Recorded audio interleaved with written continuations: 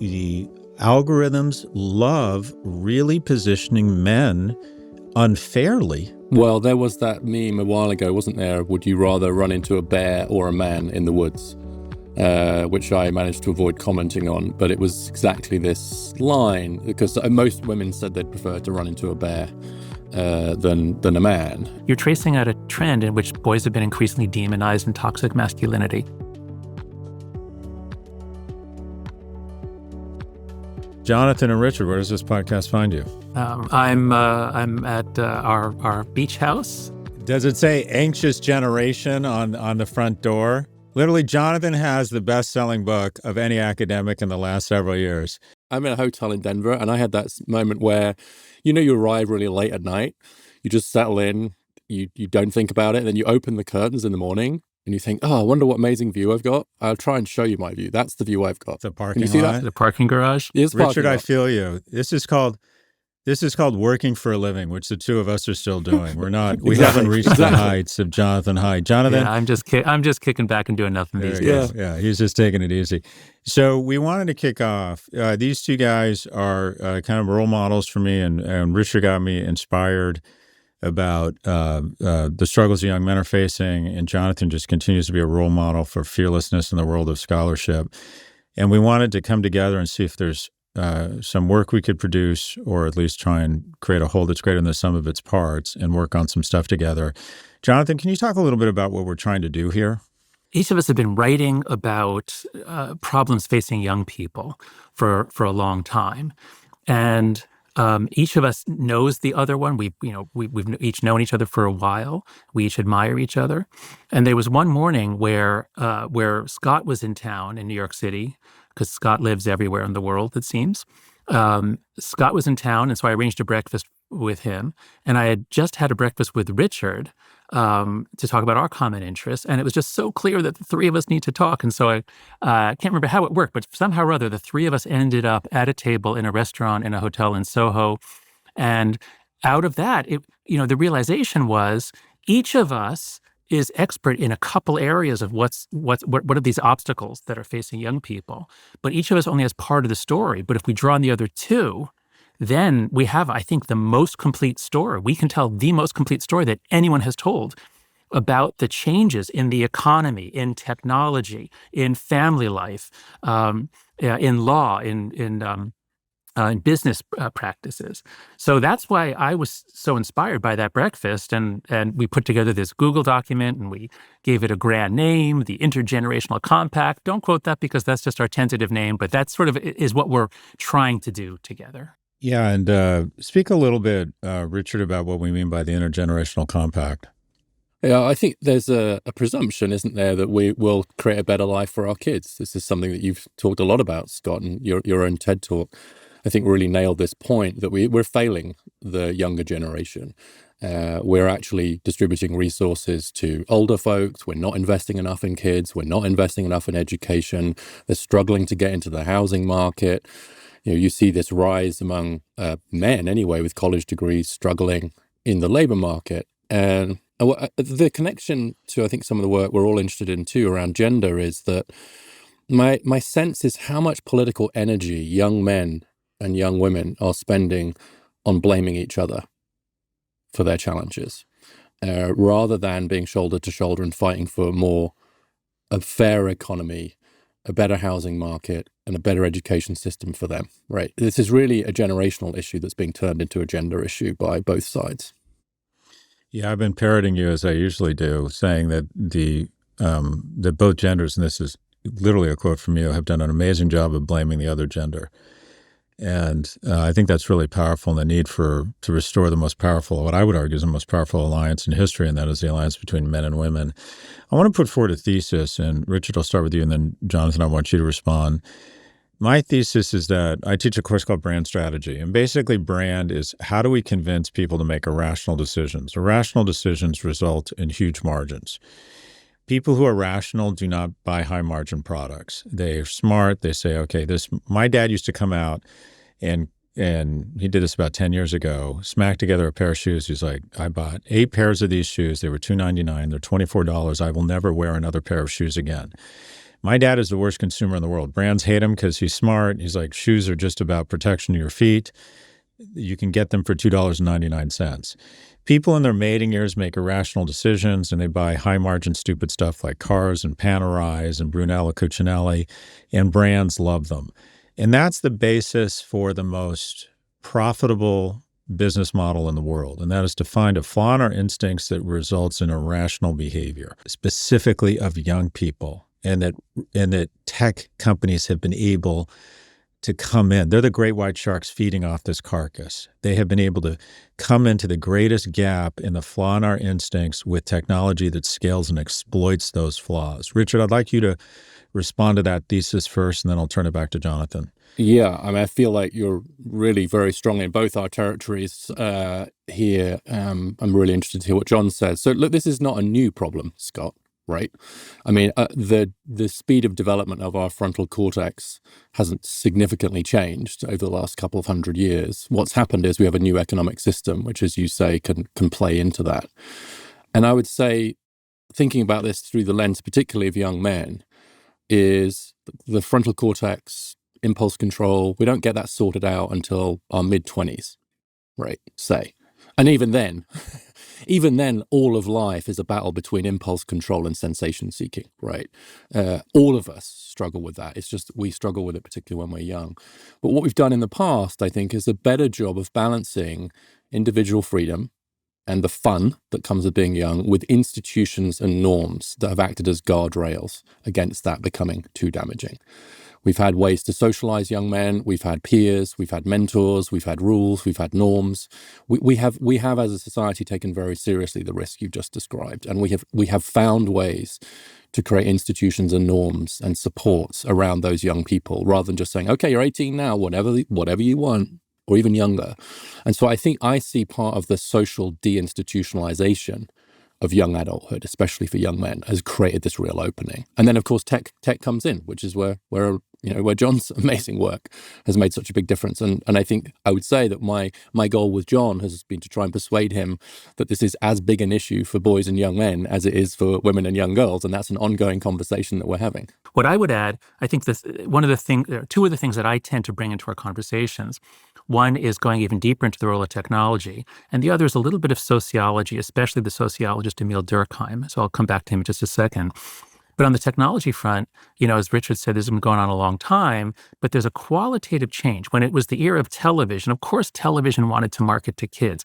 I actually remember seeing an advertisement for cigarettes on Saturday morning cartoons when I was very young, and I ran to tell my mother, "Mom, there's a mint-flavored cigarette," because I thought this was important news, because they told me it was important news. Okay, they weren't marketing to me exactly, or maybe they were, but there's a qualitative difference when it's this sort of one-way, marketing to kids when they're sitting in front of a TV, versus the change that happened in the technosphere, in the lives of young people between 2010 and 2015. We go from having flip phones, which were not major marketing tools for companies, to every kid carrying a supercomputer that's hooked up to the internet that can interrupt them with push notifications. We go to kids providing huge amounts of information about what they like. And so now we super empower these tech companies who, we're all fans of the free market system with appropriate guardrails, but suddenly you give huge new power to the most predatory companies, some of which are led by people that seem to have very poor ethics and no restraint.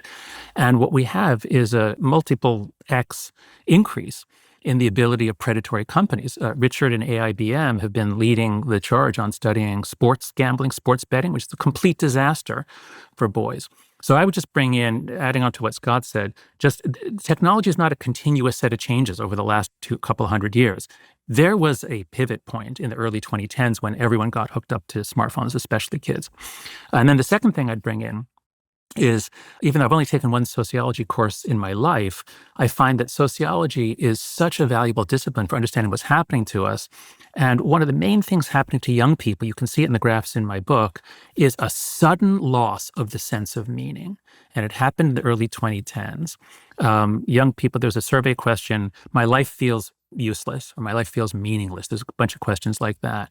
And it was about 9% of American high school seniors agreed with that from the 90s through 2010, 2011. There's no change at all. And then over the next 5 or 8 years, it doubles. This is before COVID. It just doubles. Kids, once they enter the virtual world, they have no structure. They have no sense of a stable group. They have lots of shifting groups. So lots of big stuff happened to kind of just knock us all for a spin. And especially we see it with kids. I'll just say, Richard, you long ago convinced me that the boys, I actually now think the boys have it even worse than the girls. When I started the project, I was focused on girls and social media, and I thought that was the main story. And it was in part reading of boys and men that, of course, we draw on that a lot in the book. So don't worry, I'm right there with you that the problems are different to some extent, but they're incredibly serious for both sexes. Jonathan, you said something really powerful. And I want to bring this down to sort of a ground level as parents, how this impacts our kids. And it really shook me when you said it. And I'll start what you said, and then I want you to finish. You said, imagine if 50% of the time that you laughed with friends in your childhood years went away. That's what's happened. That this is a destruction in youth as we know it. Say more. Humans are an evolved species. We're primates. Our kids need to develop in free play. How do we bond with others? You don't bond just by talking. You bond by moving together in time, synchronous action. You bond by touch. You put your arm around your friends. You bond by synchronous laughter. When you laugh together with people, it's very, very powerful. You bond together by eating together. So we have bodies. We are embodied creatures. And kids used to have this childhood, and they would develop friendships, and they would feel they're part of a group. And there was always loneliness for some kids, but they were at levels that they've been at for a long time. And then between 2010 and 2015, everything changes. Kids are now it's now about 8 hours a day on their phone, and that's just the phone. Then there's all the other screens. So a lot of kids are literally spending most of their time on a screen alone. And so the way that I try to walk people through, just to wrap your mind around the size of this transformation of childhood, is think of all the times you laughed with your friends in person and cut that. It's actually more than 50%. It's down more. Time with friends is actually down more than 50%. Imagine all the sunshine that came into your eyes. Well, cut that by 20 or 30% because kids are just inside on a screen. Think of all the exercise you got. Cut that. Think of all the books you ever read. Cut that by 70%. And so many of the formative experiences for young people are greatly reduced. And then we're surprised that young people come out with the highest levels of anxiety, depression, and a sense of meaninglessness, suicide that we've ever seen. Yeah, it really is dramatic. The destruction of childhood, it just kind of brought it home to every parent. Richard, let's talk a little bit about something the three of us have been talking a lot about, and that is I always look at something through the lens of shareholder value in the markets, that the smartest thing you can do on a risk-adjusted basis is to spend less than you make, take that savings, put it away, and forget about it and not trade. And yet 90% of the financial markets, which we are obsessed with, is essentially speculation. Again, and Richard, I want you to agree or disagree with this, which reverse engineers, I don't know if it's an absence of free play, the risk aggressiveness of men. Occasionally you want some of that risk aggressiveness. And it seems to be manifesting itself, see above, tech entering into that flaw in our species and putting a casino in everyone's pocket. I know you've been looking at gaming, which is a fancy way of saying gambling amongst young men. Why is it happening? Talk about some of the data and the threat it presents. There's this great quote from Margaret Mead. I find anthropologists very useful in this space in the same way that John finds sociologists useful, which is, she said, look, we'll have to find a way for men to demonstrate their courage and valor, even in the absence of war. And that was Mead in the 60s. And so I do think that finding a way, what does that mean? Courage, valor, risk-taking. How do we find positive expressions for that? Even in a world where we hopefully don't want to do it in a martial way at the front lines. One of the things I've noticed, and this is directly relevant to the whole debate about sports betting, which, as John says, we've just done a huge event on that with Arnold Ventures. And I just want everyone to know that Arnold Ventures is putting the biggest investment into research into sports betting that we've seen, and it will be independent. So much of the research out there is actually funded by the betting companies. So we desperately need independent research, and Arnold are putting millions of dollars into understanding this better. But this getting rich slowly thing, Scott, that's not very fashionable, especially among young men. We did some research on why young men aren't going to college, and this term kept coming back, which is, I need passive income quickly. They want to get rich, but they want to get rich quick. I think you're in the space more, like what's happening there, because it's really boring to save money and wait and have a tracker fund. And I think it's this sense of, I get it right with crypto or betting or whatever, and then I'll get a girlfriend, and then I'll get the nice car, and I can't wait till I'm 50 for that because I'll be too old. And so I wonder, there's a little bit even in the online world where young men are actually being persuaded that they both need to and can get rich quickly, which of course is just by and large not true. And so they're looking for a shortcut to economic success. And they're being persuaded by some of the more reactionary figures online that they need that if they're ever going to get a girlfriend, which is by and large not true. And so I think it's all tied up with this sense of young men not quite knowing how to do the thing that their dads did or their grandfathers did, which was slower and more boring, but more honorable. We'll be right back. Are we to blame? I mean, there's technology, there's over-parenting, but also isn't some of this a value system where we have basically said to young people, we have figured out that the downside of democracy is that old people and people of our generation can continue to vote themselves more money, and we continue to do that. Do they have no choice but to create their own volatility in their own casino, hoping to get lucky? Jonathan, any thoughts? Wow, that's super interesting. I think this is a great example of how the three of us each bring different perspectives on the same phenomena that we're trying to understand. And that had never occurred. Richard heard this phrase from young men. I need passive income quickly. Scott, you pointed out something I never thought about, which is the changes in the market that make it harder for men to get started. So what I'd like to add is something that I covered in chapter 4 of The Anxious Generation, which was about puberty and initiation rites. I studied cultural psychology long ago with Richard Schwader at the University of Chicago. And one thing I learned in reading ethnographies is that most societies have ways of turning girls into women and boys into men. For girls, it in a sense happens naturally, in the sense that they tend to be anchored around menstruation, and then women come in, not the mother. Other women come in and sort of induct them into the secrets and the rites and the religious practices of being a woman. But wherever you have initiation rites, they're always harsher, stricter, tougher for boys, because it's a much bigger jump to turn a boy into a man than to turn a girl into a woman. Girls and women traditionally are defined by their roles as reproductive, as mothers, as wives. Boys they start off in the women's world. They're little, they're feminine, they're surrounded by girls and women. And then somehow they have to make the jump to making their way in the world of men. And they have to both join in and stand out, because their mating success is going to be based on, are you the most appealing, the highest ranking, the best earning, the best hunter? So the boys' journey is longer and more fraught. And you see this in fraternity initiations. Sorority initiations, they exist, but they're like, let's love bomb you. Let's have a big sister who gives you secret gifts. Whereas boys, my son just went through this, they have to do a lot of painful and disgusting stuff, and dangerous too. So I just want to bring in that without that, boys will tend to just vegetate. They don't turn into men on their own. And especially once we took away risk, we overprotected, we said, sometimes like no running at recess, no wrestling, no we take away rough and tumble play. We take away so much from boys. And then we expect them to somehow turn into men who are going to be protectors. Also, in this crucial period of, usually it's around maybe 11 or 12 to 15 is when initiation rites tend to take place. This is exactly when our young people are becoming full devotees of social media. They're hooking up gigantic data pipelines into their eyes and ears and stuffing their head full of thousands of times more information that would ever come in any other way. And who's this from? It's from influencers who are stressing a certain kind of masculinity, which is, I've got my passive income, I've got my fancy car, so it's about material success, and also having flat abdomen. They've got body dysmorphia issues more than they used to.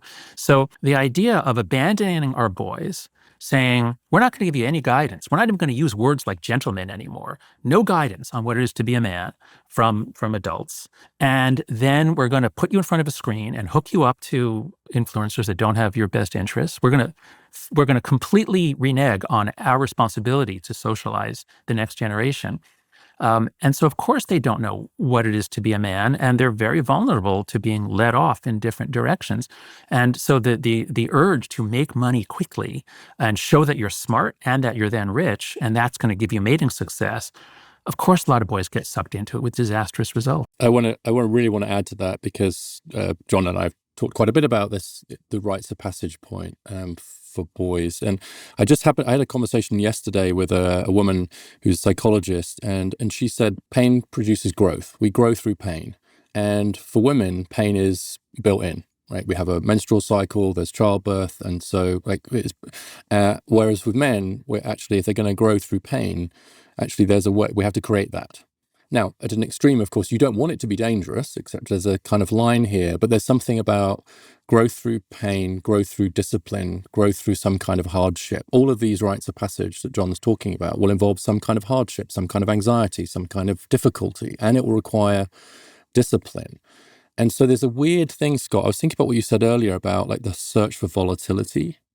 That's sort of true, but it's also true for, I would say, there's a hunger among young men for a solid framework within which to grow through pain. Institutions, mentors, etc. And absent that, they're simultaneously searching for some of that risk-taking stuff, maybe in an unproductive way. But they're also desperately searching for the solidity and the structure that we used to give them. Just very anecdotally, I mentioned earlier I was in Denver, so I went to the Latin Mass at the Roman Catholic Cathedral in Denver on Sunday night. It was full of young men, most of them on their own. Why are they going to 2-hour Latin Mass on a Sunday evening? And I think it's because at least some of them are searching for structure and discipline and purpose and institutions that will help them become men. And so there's this weird contradiction. I think that they are hungry for the things that we're not giving them. And so how we give it to them, it doesn't have to be through church, it doesn't have to be through Boy Scouts, it doesn't have to be through fraternities, but we certainly have to find ways to re-institutionalize the passage from boy to man. And we have to stop only saying what boys shouldn't do and also give them an idea of what they should do and why we need them. And I think that gap, and actually President Obama said on his wife's podcast last week that on the left, all we've done is say what's wrong with boys. We've never said what's right with them. And he's absolutely right about that. And I wish he'd said it perhaps 6 months or 12 months ago, but it's great he's saying it now. The statement I referenced earlier that really struck me of yours, Richard, was that the genders have done an amazing job of convincing themselves that it's the other gender's fault. And also we have a tendency, I find, in our society to give women the benefit of the doubt and to pathologize men. And that everything is a derivative of The Simpsons, that Homer and Bart are reckless and stupid, maybe a heart of gold, and Lisa and Marge are just these incredibly high character, flawless people who are underappreciated. And what I have found in this war of convincing that the other side is the problem, you do have some young men who feel that the ascent of women has come at their cost. I would argue that's mostly the far right, not young men. Correct. They're being convinced of that, Scott. I will correct my statement, is that they are being convinced of that. Because a lot of young men, and I found this in your data, a lot of young men are actually quite progressive on gender equality. And I'll get shit for this, but when I go on TikTok, I do see a lot of women saying things like, why would I ever go out on a date? Why would I not expect to get an Uber when there's a huge chance I might be unalived? And I looked at the data. 2,500 women a year are murdered. That is way too many. It's 70% of them are people they know. It's a problem. But the dude going out on a date with you is 16 times more likely to go home and hurt himself than hurt you. The algorithms love really positioning men unfairly, and women have bought into it. Or a lot. I'm being very reductive. into this notion that young men are just more dangerous than they actually are. Richard, any thoughts? Well, there was that meme a while ago, wasn't there? Would you rather run into a bear or a man in the woods? Which I managed to avoid commenting on, but it was exactly this line, because most women said they'd prefer to run into a bear than a man. And so there's an online phenomenon around that. But I would say it cuts both ways. I would say that, and it genuinely saddens me, because I think that it is true that on the left, the messaging has been around, if young women are struggling, it is because of the patriarchy, it's because of young men, right? It's really sort of pointing the finger horizontally at young men, which is by and large completely unfair for the reasons that you've just said. But I think it's true now increasingly on the other side too, which is that young men are being told, yeah, you're struggling, and it's the fault of all those young women. It's the fault of feminism. It's the fault of the women's movement. And so it's almost like a conspiracy between the progressive left and the reactionary right to get young men and young women to blame each other for their problems rather than the economy, rather than the institutions that are failing both of them. And so I'm not saying it's deliberate, but my God, if you really wanted to kind of avoid the political energy of young people being directed at the institutions of the economy and education and housing market, this is a brilliant way to do that, because the energy instead gets spent blaming each other, mostly completely incorrectly. Do you agree with that, John? Yes. Well, let me add on to what you just said. You're tracing out a trend in which boys have been increasingly demonized in toxic masculinity.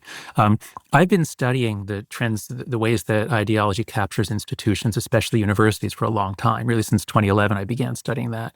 And that led to me being concerned about the lack of viewpoint diversity and founding Heterodox Academy and writing a lot on this, and then writing The Coddling the American Mind with Greg Lukianoff. And so what I can say is that as our society has gotten more polarized, institutions that have leaned left, which is a lot of them, then have gotten more concentrated, more extreme, more ideological. And that process got worse and worse. There was never a reversal. Got worse and worse through, certainly 2015 was a big year on campus for protests and extension of this way of thinking. And then with summer 2020, with George Floyd and COVID, things got more intense. And this has brought about a huge backlash against, call it wokeness, call it the progressive activists. So this trend of demonizing boys and never saying anything good about them, I fully agree. This has been happening, and it goes back to probably the 70s or 80s. And it's gotten worse and worse. But I actually think that it's turning around now. What I mean is, I think many on the left have realized that going this extreme into the identitarianism, that some groups are good, some groups are bad based on gender, race, etc., that the identitarianism is what is destroying the Democrats. It's what is keeping them in the wilderness. You might have just seen the finding.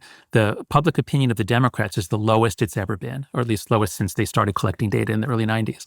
So I am seeing among people on the left a much greater willingness to break with that tradition of boys bad, girls good. And Richard, and you've been a part of it. I mean, I watch, because I've known you since we met, I think 2015, or 2014, we were working on that big Brookings AEI report together. I've watched you thread the needle carefully and try to, bring up attention to boys without saying, no, don't worry, we're not saying that it's going to be at the expense of girls. But I think, and tell me if I'm wrong here, I think that to make those arguments today is so much easier, and you're finding so much more receptivity than you would have, say, in 2017. So much easier. I mean, the fact that Obama's talking about it now, and that we've got governors talking about it. So Gavin Newsom is about to drop an executive order specifically focused on boys and men. He follows on the heels of Gretchen Whitmer, Wes Moore.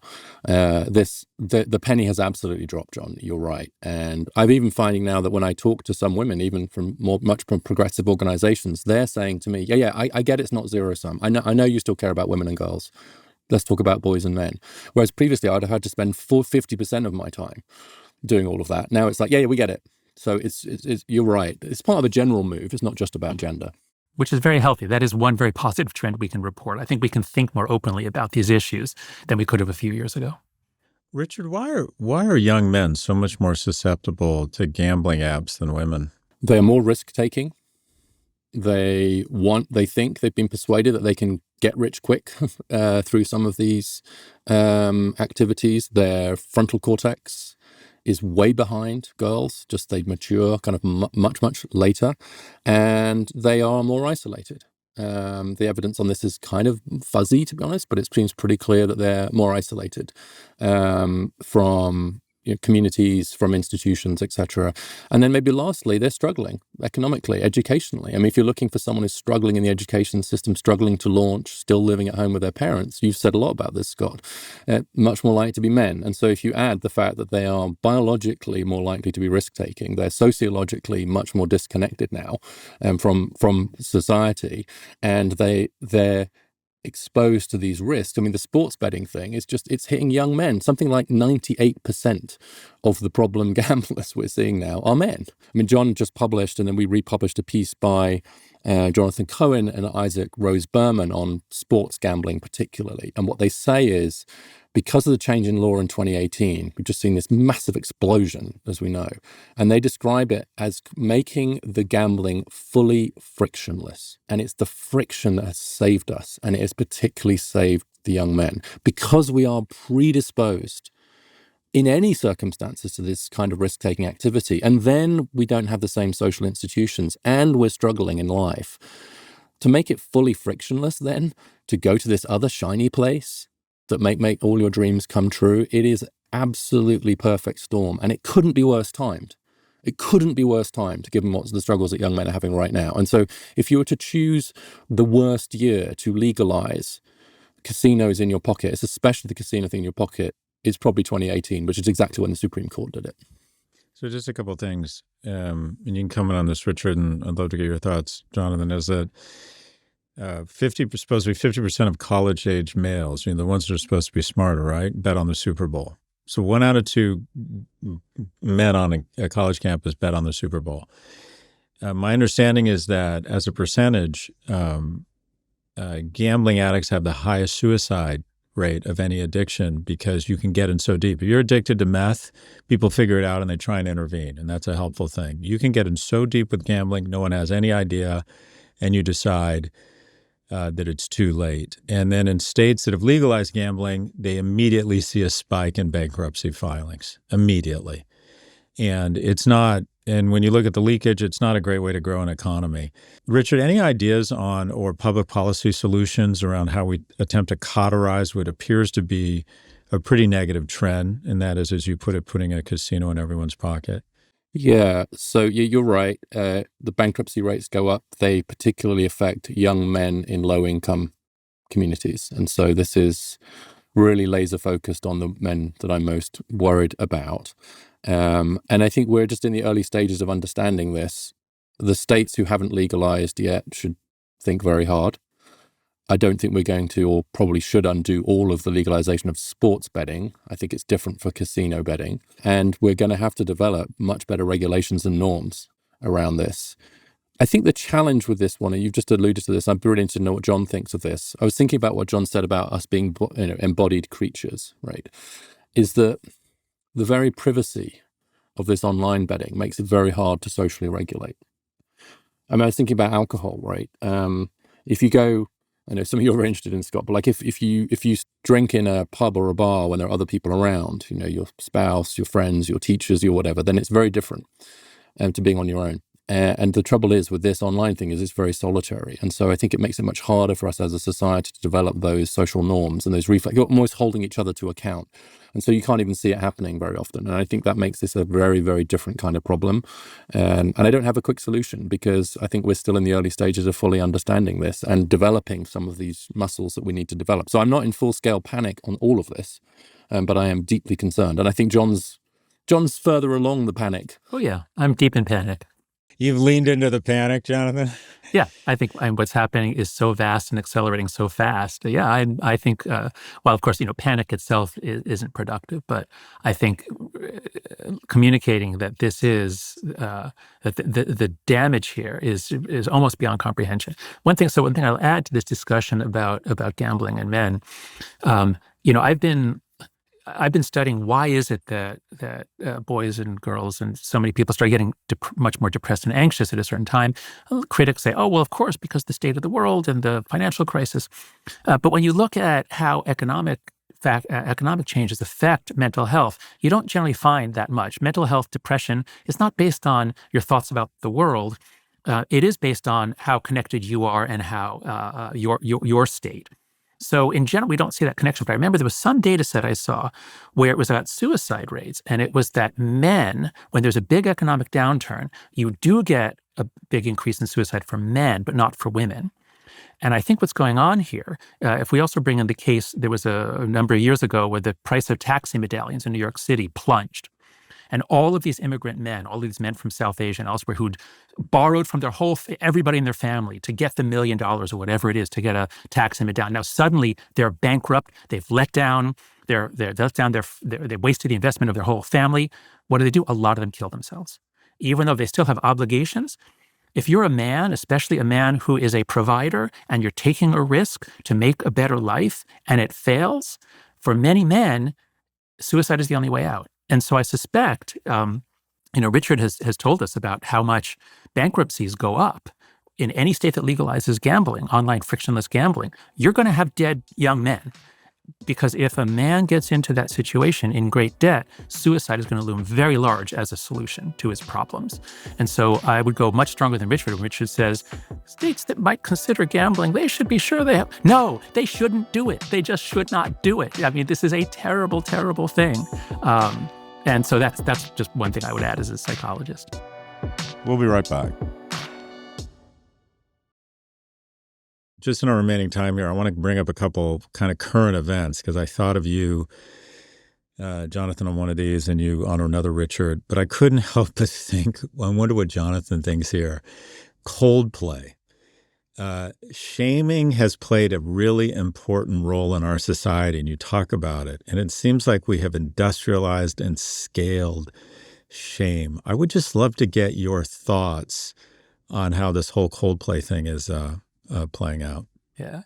So what I would say is, so in a couple of my books, because I study morality, my main area of research is moral psychology, how do we become moral creatures? And so in 2 or 3 of my books, I talk about the importance of shame and embarrassment.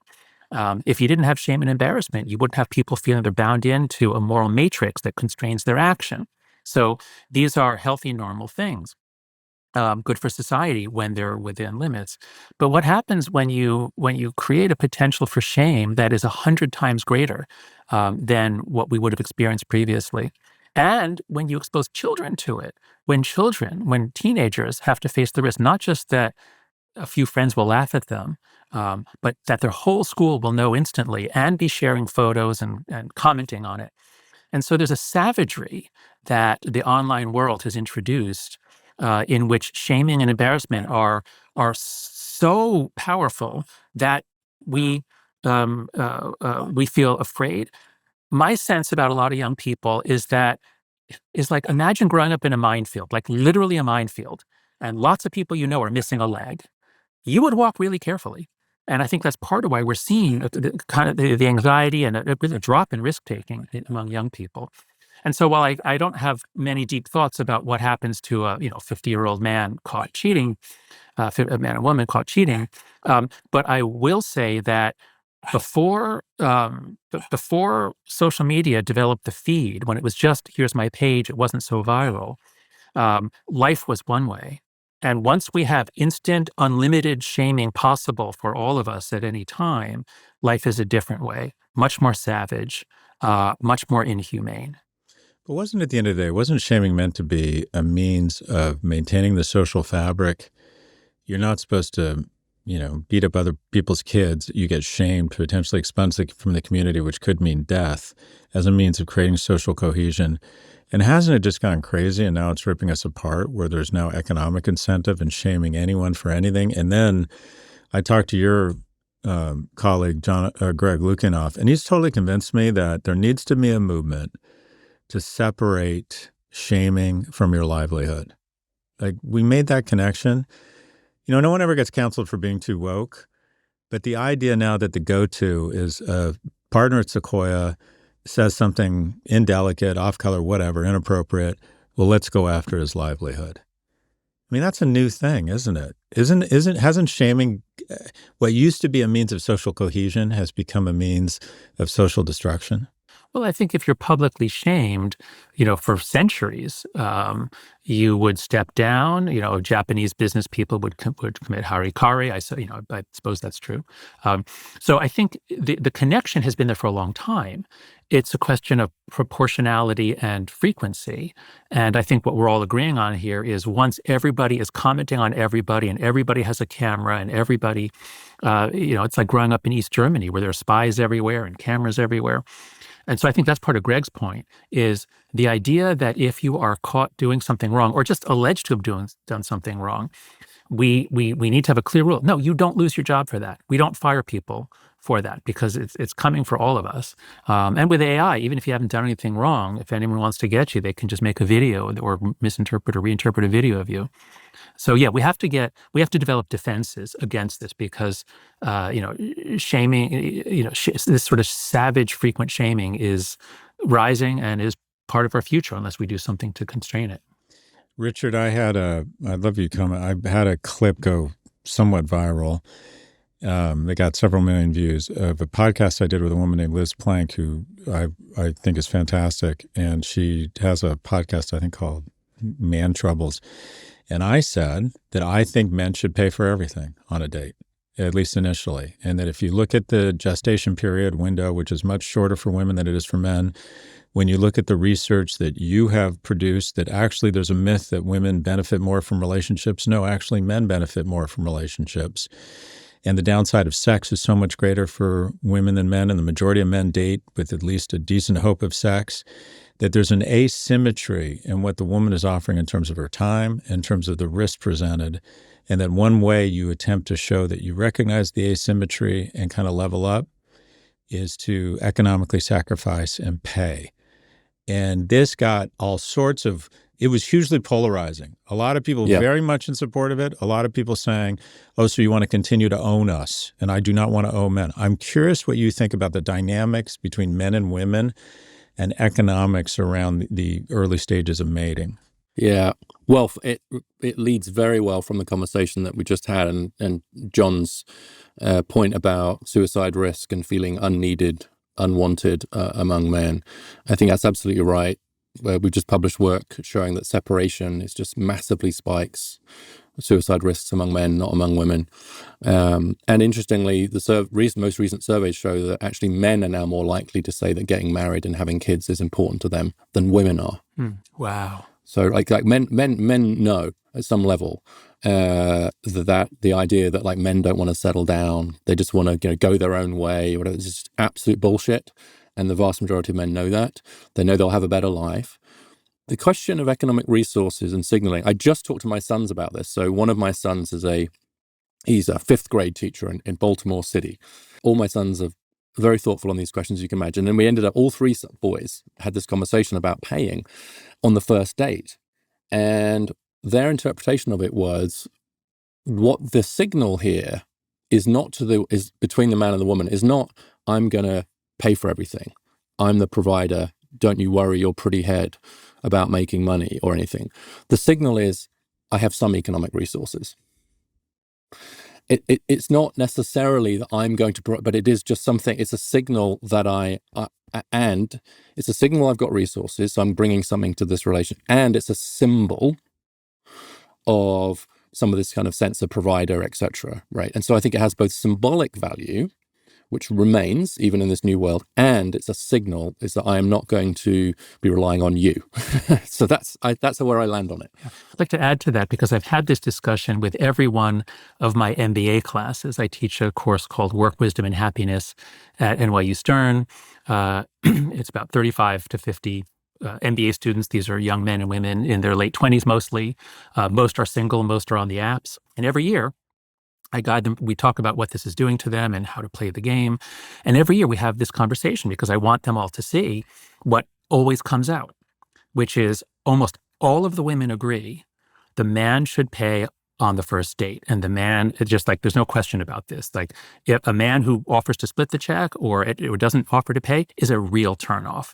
And the way that I understand this is that monogamy is pretty rare among mammals, but where you do find monogamy in birds and occasionally mammals, you have courtship rituals. We evolved to have certain courtship rituals, and mating is a dance, and hooking up is not.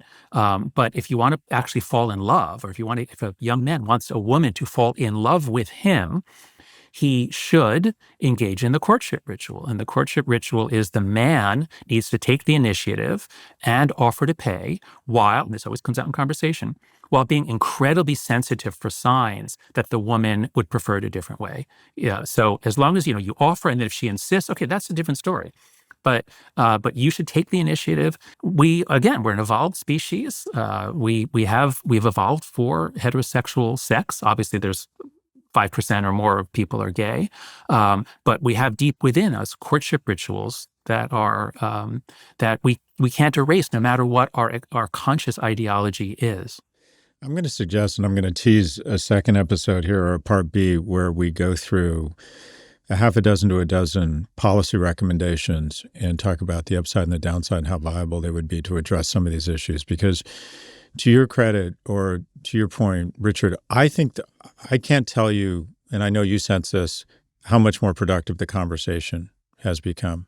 5 years ago, if you said anything, quote unquote, referencing the struggles of young men, you're a misogynist, you're Andrew Tate, teaching at a business school, now your hair's on fire. And all of a sudden, and the real allies here have been mothers who say, I sense something. I'm a feminist. Something is up with my son, or relative to the daughter. So I'd like to do a second, and I know you guys are up for this, a second podcast where we go through each of the policy solutions. And Richard's proposed the most, from redshirting young men to more men in K through 12. I have some ideas around tax policy, but I'd like to just go through each of them and get each of your responses. But before we wrap up here, I would just love to hear something around something you did recently with one of your boys, and any insight or advice for young fathers, or any just sort of the world of dadding, the world of being dad, from Jonathan Haidt and Richard Reeves. Okay, well, sure. I'll go first because Richard will have more to say, having 3 sons. I have just one. But about 2 or 3 years ago, I took my son and a good friend of his to a gun range, and they learned to shoot. And in our social circles, I don't think very many people, and we live in Greenwich Village, are shooters. But it was an exciting day for my son and for his friend, and it was just a really fun day of bonding. So yeah, just giving your do things with your kid, give them experiences and excitement. That's one example. I live in East Tennessee now. I got to tell you, my sons love the gun range. That is a big part of the attraction of where we live now. But actually, I was thinking about you the other day, John. When I was thinking about this, my son and I would play tennis together, and he would get so distressed when he lost. There was one particular day he came home and he was like, his head was down, he'd lost again. He's better than me at this point, just couldn't beat me. And he's really upset, and he goes in the house and he's still can't beat Dad. And my wife said to me, she said, well, can't you just let him win just once? He's so upset, right? Because she's doing the maternal thing. She's like, he's so upset, right? And I said, well, he should be upset. I just beat him again. And then I said, he will know if I back off. He will know. He will sense it. And it will mean all the more to him when he beats me. And then that day came when he beat me. It was a long game, and he beat me. And I tried to beat him. But he beat me. And so you've got to make your kids work for it. It's got to be painful. You grow through pain. And so it was very painful for him to keep losing to his middle-aged dad at tennis. But I got to tell you, and now he's a very good tennis player. But I said to my wife, he's got to win real. He's got to suffer. And then it will mean all the more when he wins. And so that's probably one of the best things that I've done with my sons. I love that. So I'm going to go. I recently took my youngest to Chicago. I like to do one trip a year with them just solo. I find the dynamic is so different when you have them alone as opposed to with their siblings. And we went and saw, we did all the stuff, pizza, tallest building, river tour, and we went and saw the movie F1. And at the end of the movie, he said, I love the end of Fantastic Four as we're walking out. And I said, let's go in and watch it. And my son, kids are so, at least my kids are so politically correct now. He's like, no, we can't do that. And I'm like, sure we can. And I grab him. And I passed on the age-long tradition that I was fantastic at as a boy. I used to sneak into movies all the time when I was a kid. And sneaking into movies now is you sit in the back and you watch the last 2 minutes and he's sweating. He's so nervous. And I told his mom about it. And she said, you're teaching him really bad values. And I'm like, look, your job is to make sure he doesn't get into too much trouble. My job is to make sure he gets into a little. So anyway, sneaking into movies with my youngest, teaching him poor values. Jonathan Haidt is a social psychologist and author of The Anxious Generation. Richard Reeves is the founding president of the American Institute for Boys and Men. We hope you enjoyed this podcast. We're going to do a second one where we speak specifically to policy recommendations and try and dissect them. Gentlemen, thanks so much for your time today. Thanks, Scott. Scott, great to be on the show with you.